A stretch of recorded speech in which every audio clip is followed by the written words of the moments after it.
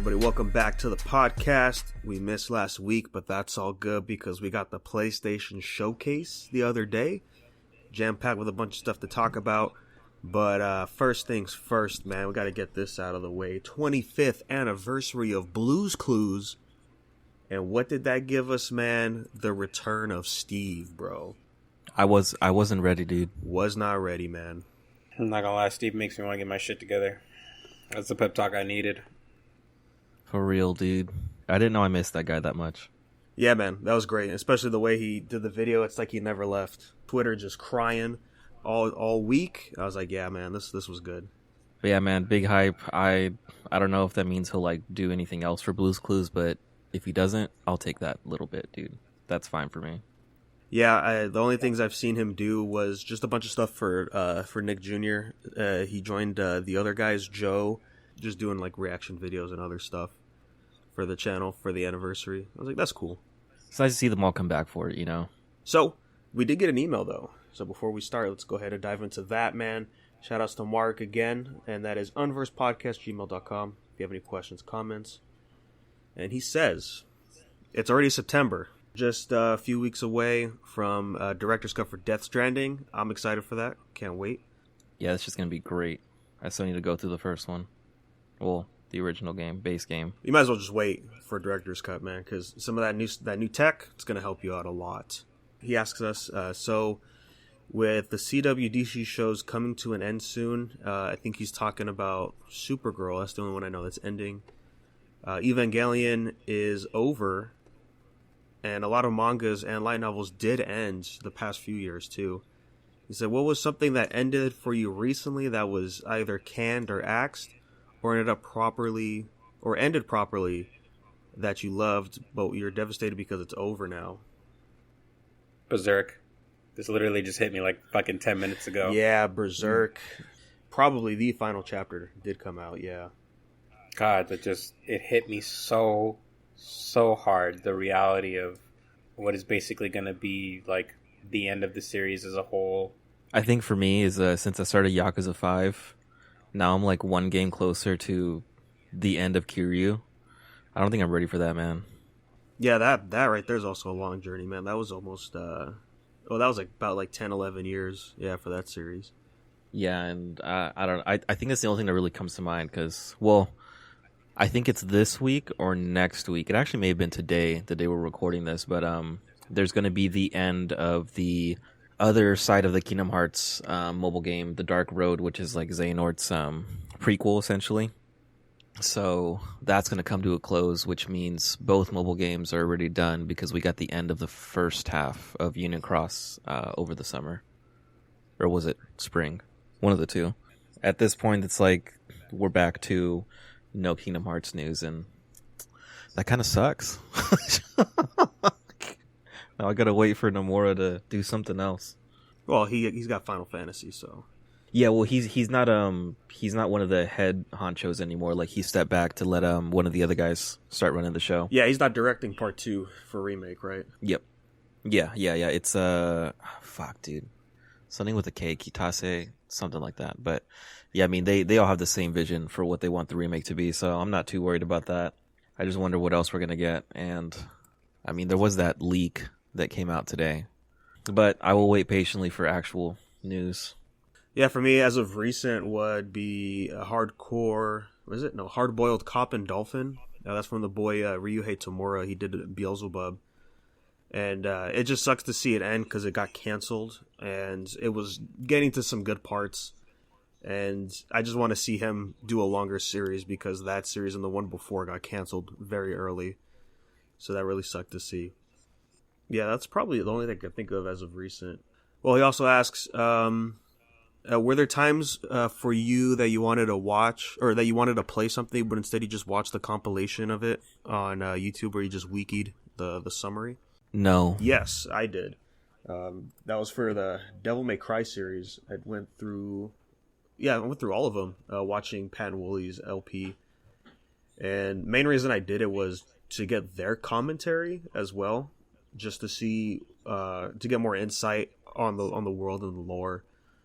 And that was a great time. But, I did go back and I did play 4, and then I did play a bit of 5. But yeah, I was like, I need to push through these games because I don't think I owned them at the time either. But I got stuck because there was just before special edition for that game, there was just that bullshit of you get stunned. Oh When you use I know what you're if talking about. you use an angel weapon on a demon or a demon weapon on an angel, bullshit. Yep. Yeah. Mm-hmm.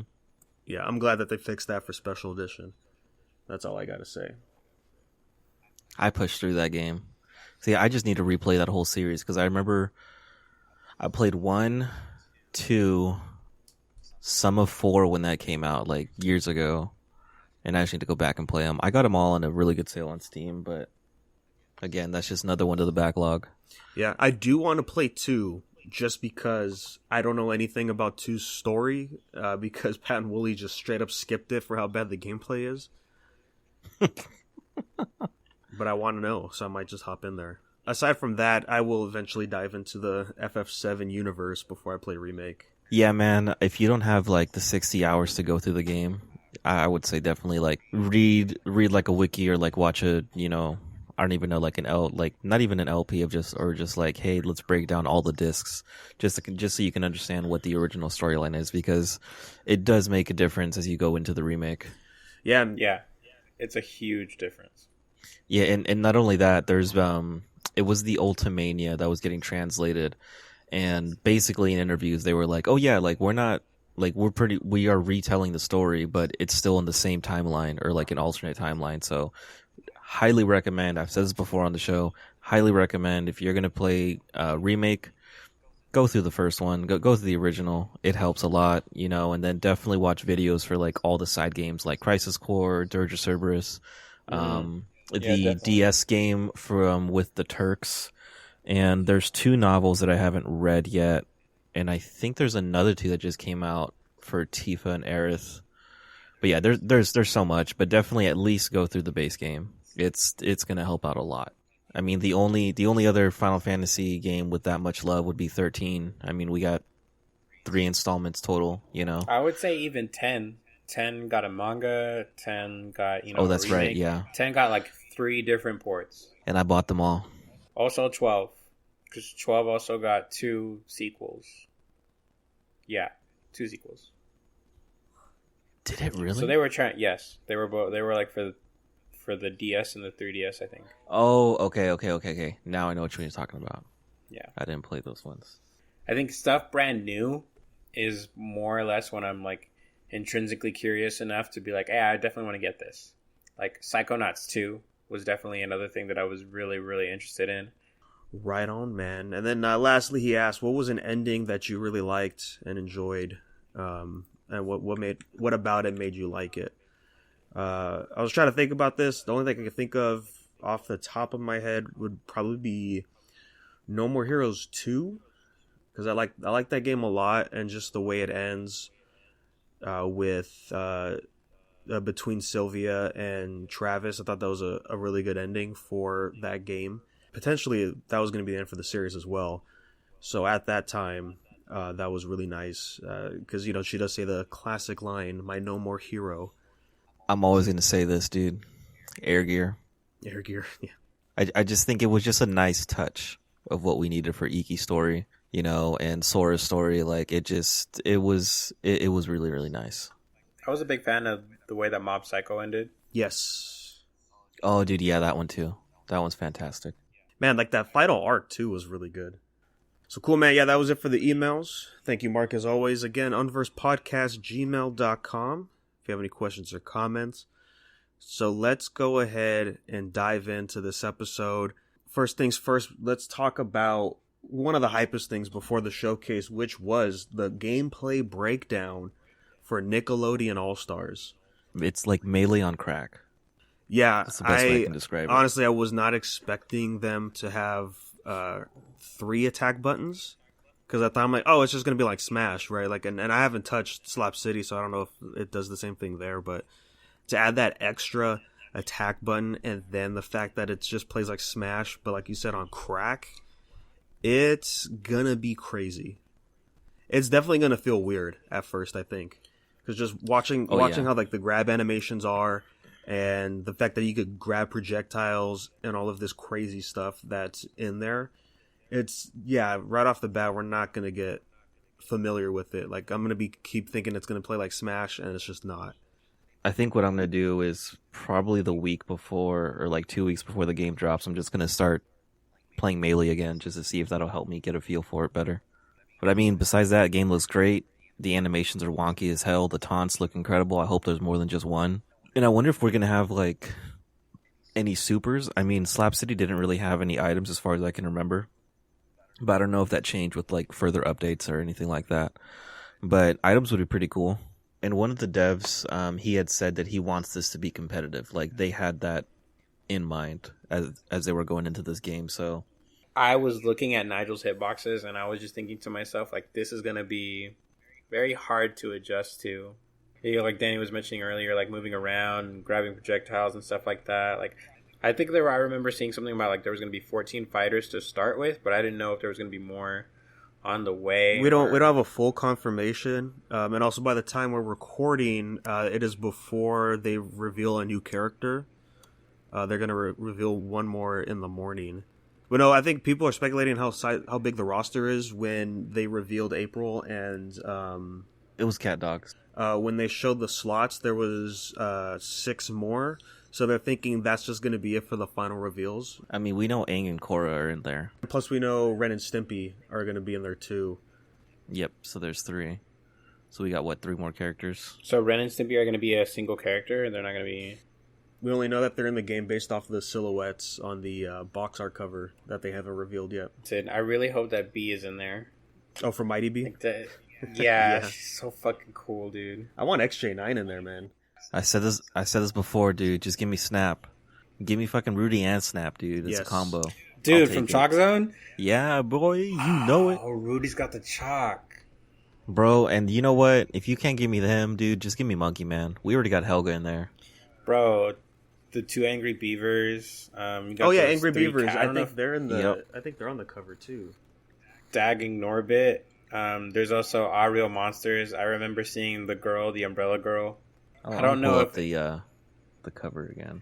I don't know if anybody else from the Thornberries is going to be in there, but I would imagine either either Zag or the monkey. Darwin or Donnie. There you go. Yeah. Darwin was the kid, right? The baby boy. No, Darwin was the monkey. Darwin was the monkey. Donnie was the kid. Yeah, I hope it's a good-sized roster, because last time when we talked about this game, right, they revealed another Ninja Turtle character, and I'm like, how much representation for each series are we going to get? You know, that's the one thing I'm worried about, because there's a lot of good characters from Nickelodeon they could throw in here. I just wonder if there's DLC. I hope so. Yeah, I hope so, too, just to get all those other characters in. I was telling Jerry yesterday we should get the snail robot that Reptar fights in the second movie. Oh, dude, that'd be good. The Escarbot or whatever it's called. Yeah. A game that got released this past Friday that was at Riptide for a tournament, which was Among Us Arena. I can't believe it, dude. It's great. It's a fan game, and it's just Among Us, but a fighting game. It has rollback. So I grabbed it up. I grabbed the link off of the dev who made it. He said he made it in about a week, which is understandable because there's only one move set.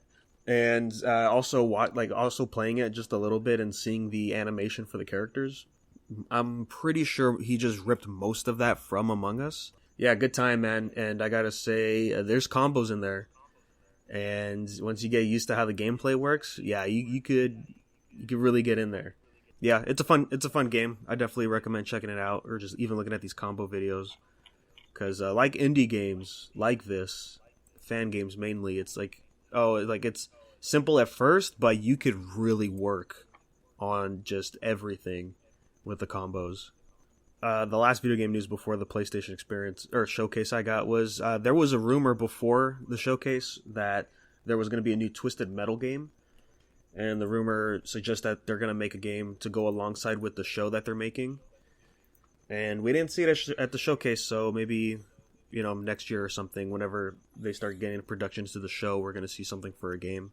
That's something that's been brought up a couple times on a podcast I listened to, and talking about like, yeah, PlayStation has all these IPs. How come they're not using it?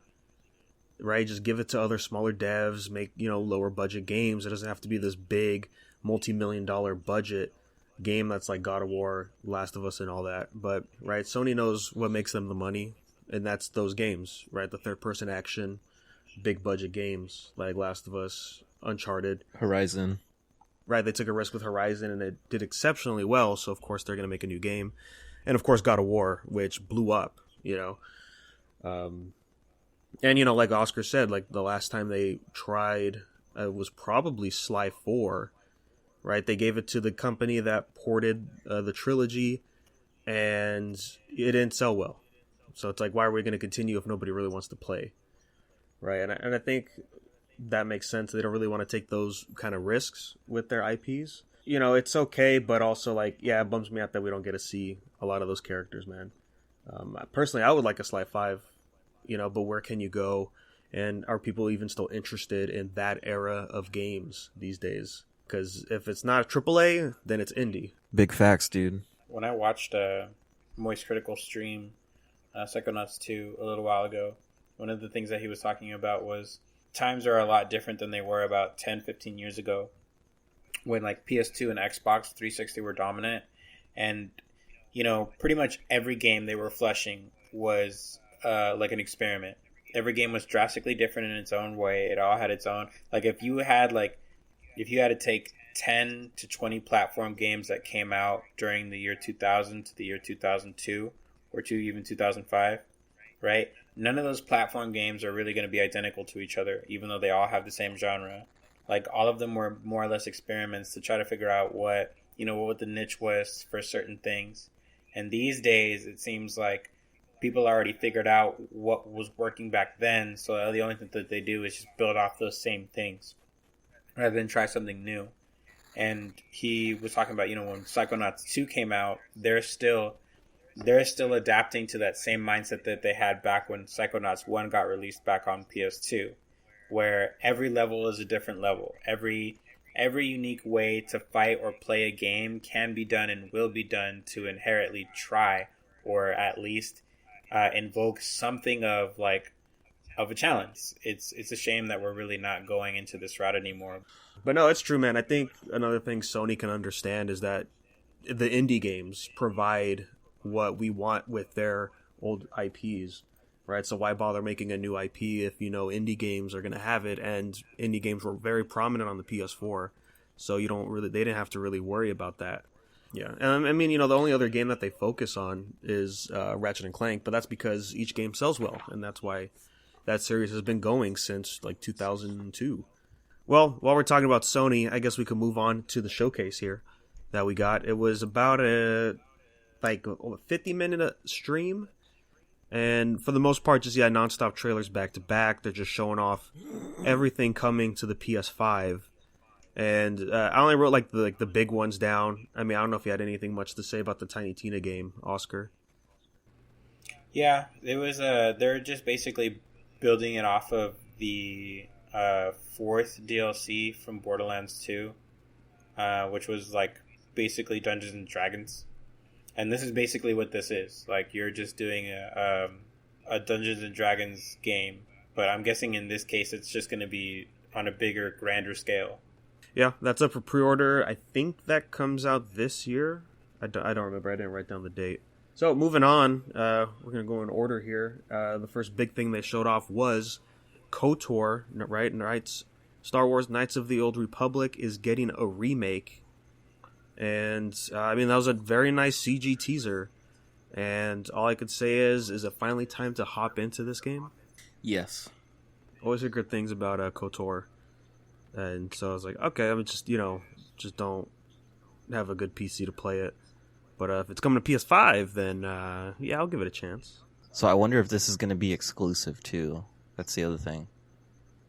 Because if it is, then, man, it's going to be a blood hunt for PS5s, even more so. Yeah, I'm not sure. I'm willing to bet just the back half of the showcase where they talked about like the PlayStation Studio games. I'm pretty sure those are probably the only ones that'll be exclusive. Well, yeah, because I think Like the next game, Project Eve, when I looked it up, it did say Xbox on there. So I don't know. Maybe they got the first year on PS5, right? Because Sony tends to do that a lot with these new upcoming games that get pretty hyped. And yes, it's very hyped for Project Eve because that game's looking great. Yeah, it's just like Solstice, Hot Waifus with good character action gameplay. Really looking great, man. This is from a Korean studio, and I think that's cool that we're showcasing other studios like that because we got that other game coming out, which is the Sung Wukong one from that Chinese studio that I think Tencent is... I think they're investing in it now or something, but yeah, they know what they like and they're making it, and all I gotta say is that's what I like too. And it's, you know, we haven't seen some of these hot anime waifus as main characters on a big platform like this in a while, and I am all ready for her. Because what we usually get nowadays is the next game they showed off, which is Forspoken, previously known as Project Athia when they first announced it. And just, you know, the big takeaway from it is that it's an isekai, which is not something I would expect. I mean, gameplay looks cool. You know, it's Square Enix. You know, they always have good flashy combos that you could throw in there. I'm just going to have to play the game to see if her personality kind of grows on me. There was a lot of things that I was looking forward to when that little teaser trailer came out a year ago. And if they spend any time building up on the more dramatic aspects of that, like the dragon stuff that they released in the new trailer for Forsaken, it even gets to a point where you would like outright, or you can almost practically outright ignore like a giant character flaw. But yeah, I mean, like the gameplay looks cool. The way you could traverse, that's what caught me too for the game. Like you could just fly around, zip through these buildings and stuff. But I don't know, just the fact that like she's not part of this fantasy world, like that always gets me. It's just like, oh, she's just gonna convince herself she has to fight these people. It's like, okay. No, you got to remember there was that bracelet that she has on that like starts talking to her, like in the beginning of the. You know what? You're right. Yeah, so she, and I don't remember. I don't think she does already have it on before she goes into the portal, but I feel like she did. And when she's there, she's like looking around, and then something's talking to her, and then it's like, "I'm on your wrist, bitch." And then it's like, "Oh, cool. What's going on down here, whore?" Yeah, dude. And it's like, okay, I guess this is what we're doing now. So I'm sure there's like a whole bunch of lore to like develop with that, but I mean, it's. Yeah, kind of reminds me of it's like an old school fantasy take on things for sure. You know, like you have a magical object. This magical object tells you to like go through the wardrobe, you know, and now, oh, hey, there's like a talking lion and the world is crazy, you know. So, I mean, I think they'll do a good job. It's Square. They usually have pretty good stories like this, you know, so I think it's going to be fine. I really like the way that her movement is. That's what's really getting me about the game. Like it just looks too clean for me. But again, I've said it before, now we're in next gen area. Like we're going to see some crazy shit with all these new games. You know, speaking about the mobility that you mentioned with this game, and I know that for the other game that we talked about, Project Eve is the one that had the Blade and Soul director, but I would say this game more or less reminds me of Blade and Soul. Like, I don't know if you remember like the way that when that game first got announced for like Korea and stuff like that, like back when it was still an MMO beta, like, and they would like fly throughout the entire world and like parkour off of everything. Like there were no boundaries where you couldn't jump, scale, or grab onto. You know what I mean? And this game here definitely gives me that same vibe where you're able to scale and really get into the entire environment. It's not just for show. Everything and anything is interactable. And I really hope that that's going to be the case. I mean, we're really like going to see when it comes down to it. But I just think that if they really, for whatever reason, if they really would or could put that much time, devotion, and effort into making anything and everything in this world interactable like that, then man, like tits to them. Like, you know, the possibilities of being able to literally get any sort of image you want from, like, you know, they're going to put, what is it? The screenshot mode? Camera mode? Photo mode. Photo mode. Photo mode, there you go. So, like something like this, like with the landscape so beautiful and, like the dynamic lighting and everything like that, you can only imagine the kind of snapshots you're going to get. And I think that's something that they definitely were looking forward to and something that they kept in mind when they were making this game. But the next game I am interested in, which got leaked, I think the day or two before the showcase, which is Alan Wake. It's getting remastered, and that's going to be coming out October 5th. And I'm only interested because of the game Control, right? The DLC, AWE, which I think people call it the Alan Wake expansion or whatever. It ties into those games. And so I'm like, okay, I'm interested in checking those out. Because I do want to play Control. And if it is connected to the universe, then, I'm like, well, got to dive into the lore, right? See what stuff we might miss. So the next game they showed off was, I was hoping for a release date and like actual, there was a decent amount of gameplay it looked like, but Ghostwire Tokyo. We got a more look at that. And that game looks weird, but the good kind of weird for cyberpunk-like stuff. I wasn't really too sure about just like, I guess, like the combat gameplay. It looked like it was more like a kind of run and gun kind of situation. I think that with this whole like, I don't even know. Like, I just want to say that he was doing like some sort of like talisman thing, like some some chants and stuff. Yeah, those kind of spells and stuff are gonna require like you taking the time, like maybe like a second or two to charge it up. And, so you might like have to like wait around the corner, charge up your thing, and then like turn to the corner and then blast it. Just so that way you can get, some damage in and then probably run away. It honestly made me feel like a little bit of Fatal Frame. Like you have to get the ghost in the frame so you can like damage them. Kind of like same principle, like you said, charge up a little bit, hit and run. I mean, I'm waiting for this game, honestly. Yeah. Oh, and I'm sorry. It says spring 2022. Oh, it's not too far away. Yeah. So, yeah, It's not too far. I do hope we get a demo, though. Yeah, but notice a lot more demos have been popping up recently, especially for Japanese games. After that, if just this weird collab Epic Games is doing with Radiohead, I guess. Dude, it's like I told you when we watched it. Tom York is a weird guy. I mean, I'm interested, but I'm just going to wait. But from this point forward, for the rest of the showcase, was everything from PlayStation Studios, Wolverine, made by Insomniac, dude. Sign me up, man. I just really hope, like I said when we watched it, Danny, just give me that really good Sabretooth now. Yes. Please give my boy the justice he deserves. Yeah, it's crazy, man, that Insomniac is making the game. I'm sure it'll be fine. I'm curious to see how different it might play from Spider-Man. But it's wild. It's wild that they're going with another game. And if I had to guess, it's going to come out next year. Only because we did get Spider-Man 2, which is set for 2023. And if Wolverine comes out next year, that means they've been dropping a game every year since, I think, just Spider-Man, right? Because it was Spider-Man and then Miles Morales. And then we got Ratchet and Clank. And then we would get Wolverine and then Spider-Man 2. Since Sony bought them, I guess they're getting all the resources they need to make all of these different games. I mean, and Miles Morales is great. Spider-Man, the first one, is great. Ratchet and Clank, still need to go through it, It's great. But watching you play it, great. They just keep coming out with all these bangers. Yeah, and this was just a super teaser trailer, so there's really nothing to go off of. We don't even know what he looks like. But as soon as I saw that flannel jacket of him at a bar, I'm like, oh, that's Wolverine, bro, obviously. It just sucks we didn't get a release date for that. But we did get one for, like I said, Spider-Man 2. That's going to be 2023.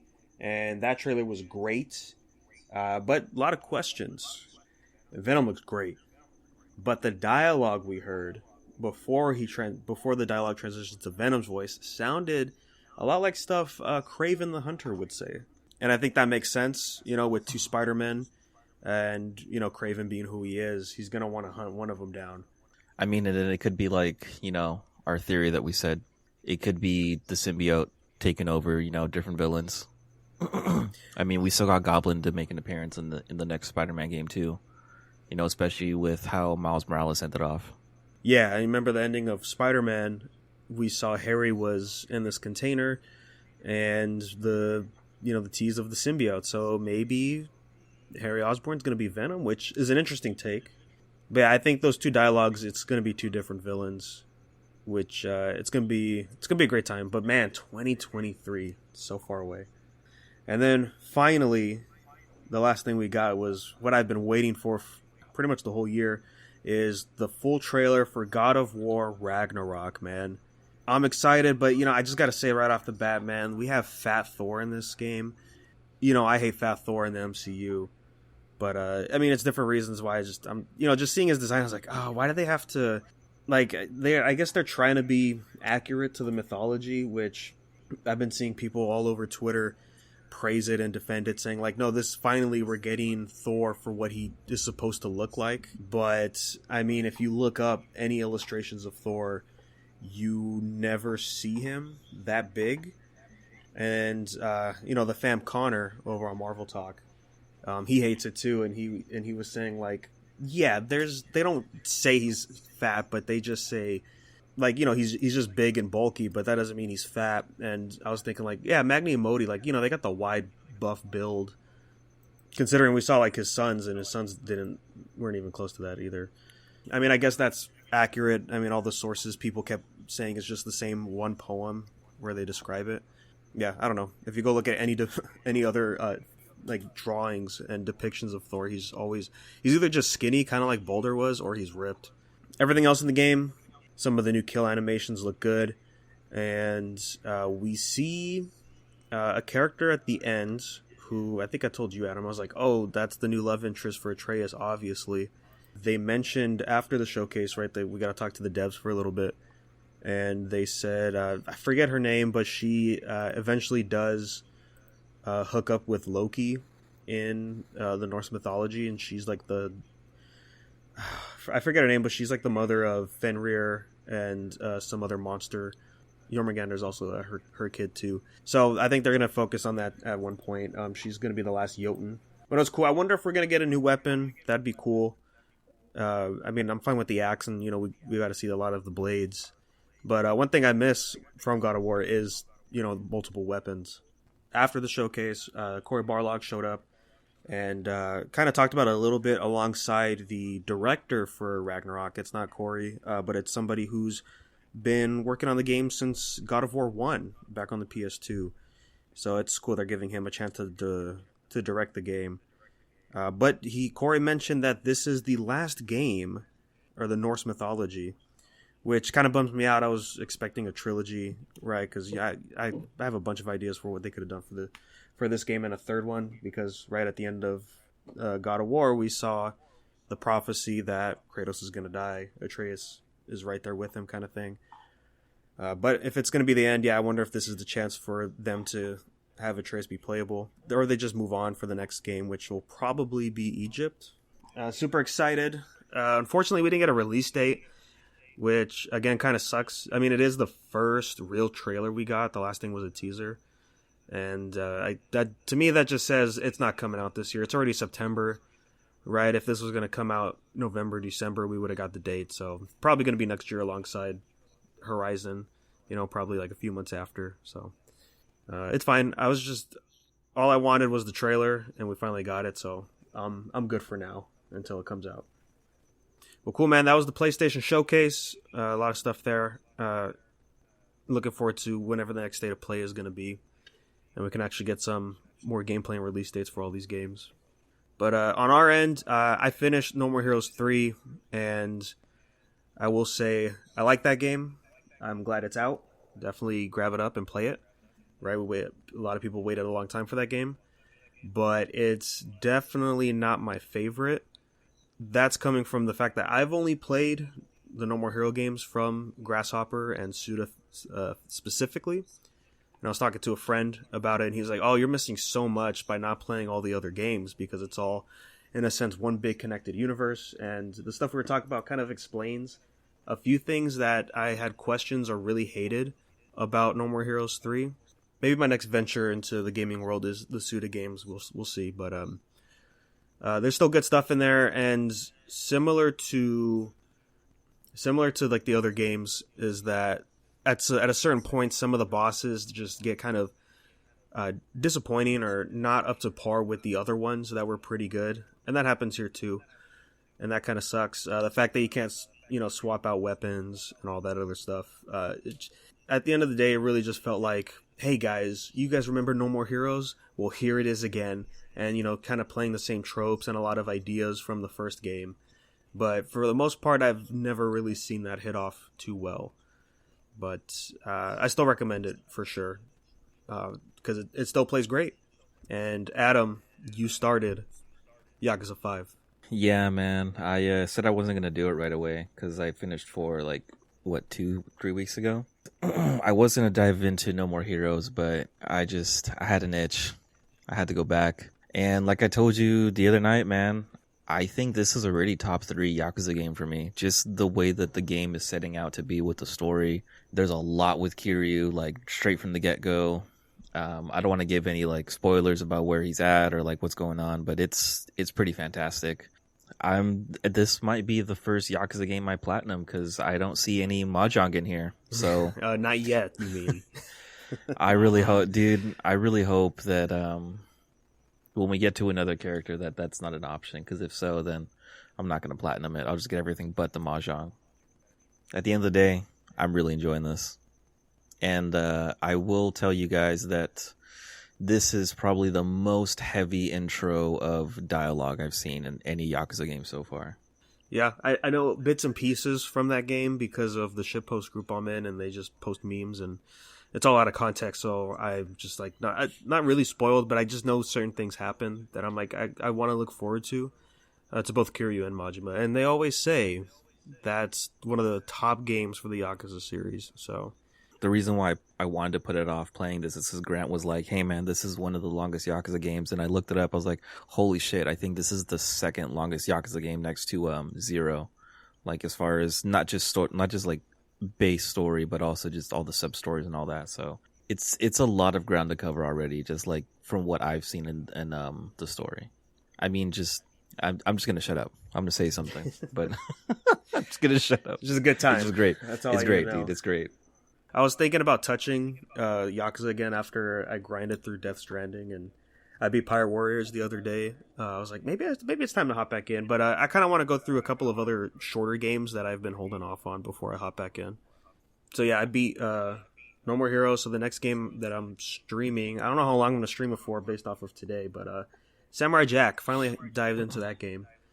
I might be too soon to judge the combat because there are a lot. You have to, unlock all the combos and stuff, and maybe that'll help. But it's a little rough. It feels stiff, and goddamn, the block and the dodge buttons are pretty trash. I was thinking too fast paced, I guess, because when I was pressing those buttons, they just did not want to do what I want to do, and I kept dying at this boss. And I was like, man, this is annoying. I had to cheese it out at the end, but. There's some cool stuff in there. The fact that you could pick different weapons, and you could just throw straight up hands too, just go fist fighting. That was nice. And that game does a good job of transitioning the art style to 3D, I think. It looks nice. It definitely looks like, oh yeah, these are just 3D models type of feeling, but I think that's fine for this kind of game. Yeah, so I might be playing more. I'll be playing more of that sometime this week. I don't know how long I'm going to be playing it for. Depends how frustrated I get. With these boss fights, because man, they do damage. At least the one I fought today. Yeah, dude, that shit was dumb, dude. I've seen a lot of people play the Samurai Jack game, and from what I can tell, this is a pretty difficult game. It's got some. I mean, I don't want to just keep throwing it out there, but I'm from my understanding, it is pretty on some Dark Souls difficulty type shit, especially if you're going for the hardest difficulty from the get go. I always think about that shit all the time. And Samurai Jack is definitely one of those games where I can imagine, that always holds truth to it too. Yeah, it's just the timing. I think that's what it is. You have to block and dodge a few moments before the attack lands, and it's just something I'm not used to. And also the hitboxes are just stupid in that game too. Oh yeah. It was just being dumb and just frustrating. Go watch. Look, man, just go watch the VOD. I caught the last little bit of that. That thing was crazy. Yeah. And I gotta say, it's dumb how expensive the health items are, too. Because, I was I went through everything. I grabbed as much gold as I could, and then I looked, and I'm like, I could only buy 2 of these. I mean, the cool thing about the game too is the more damage you take, the more Jack's outfit rips, just like in the show. So that's pretty fun. And one interesting aspect about it was every now and then there will be a little area that you run into where there's going to be a horde of enemies. And so in like the first level that you really play in, it's like the cyborg beetles from the first episode from Aku's army.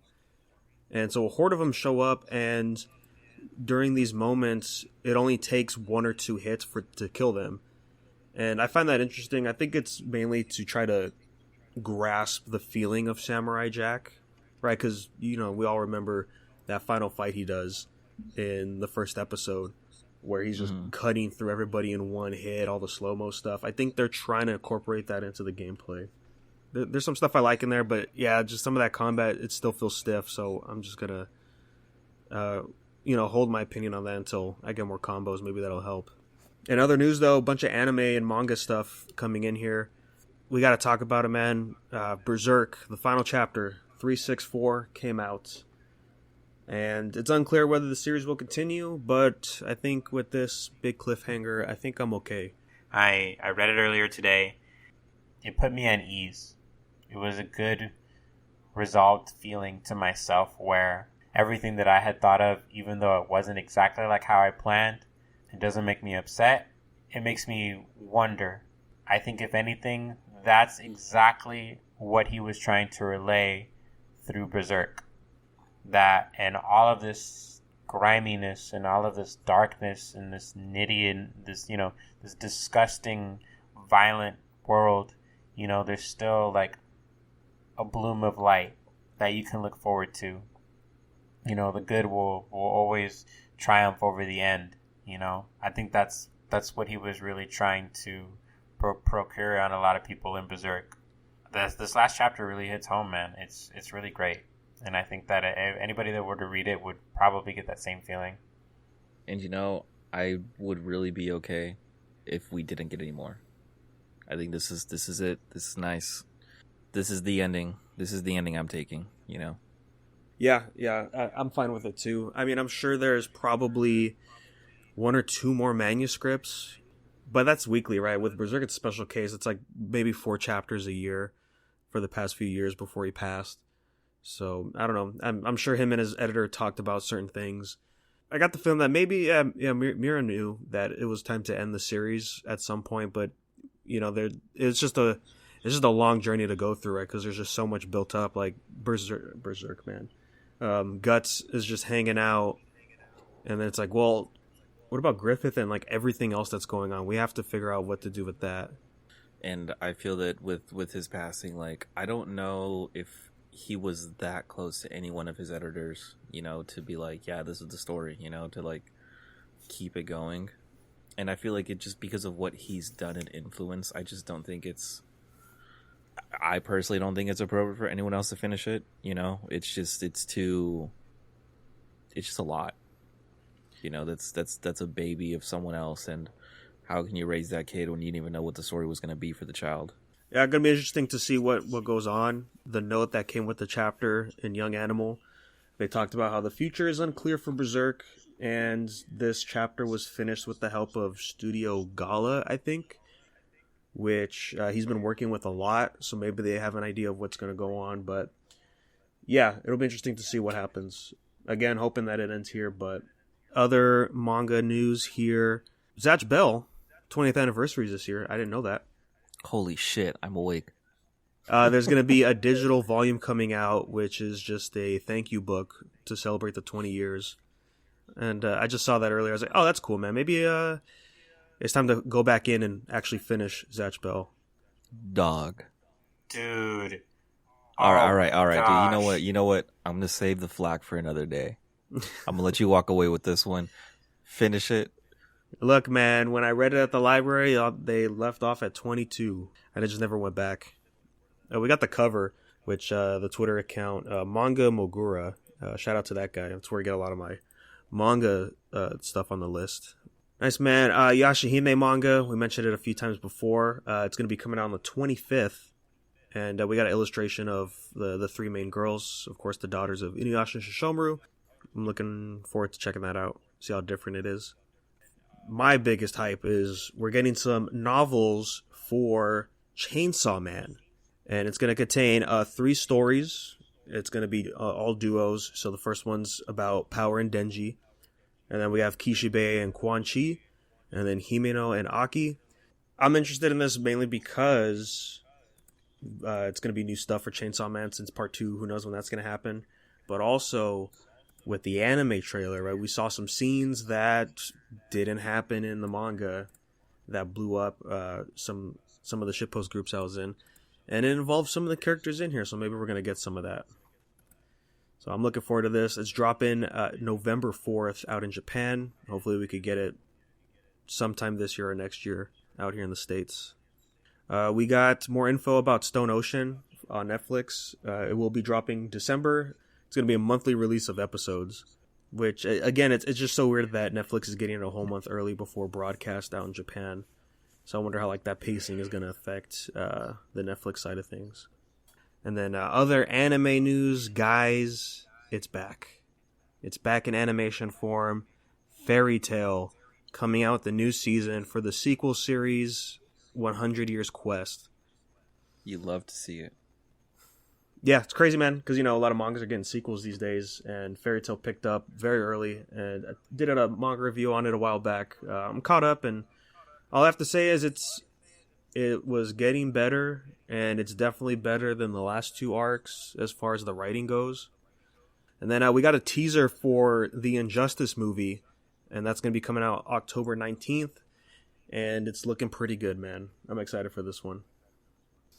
And then last thing here on the docket that I have was the new Matrix trailer, Resurrections.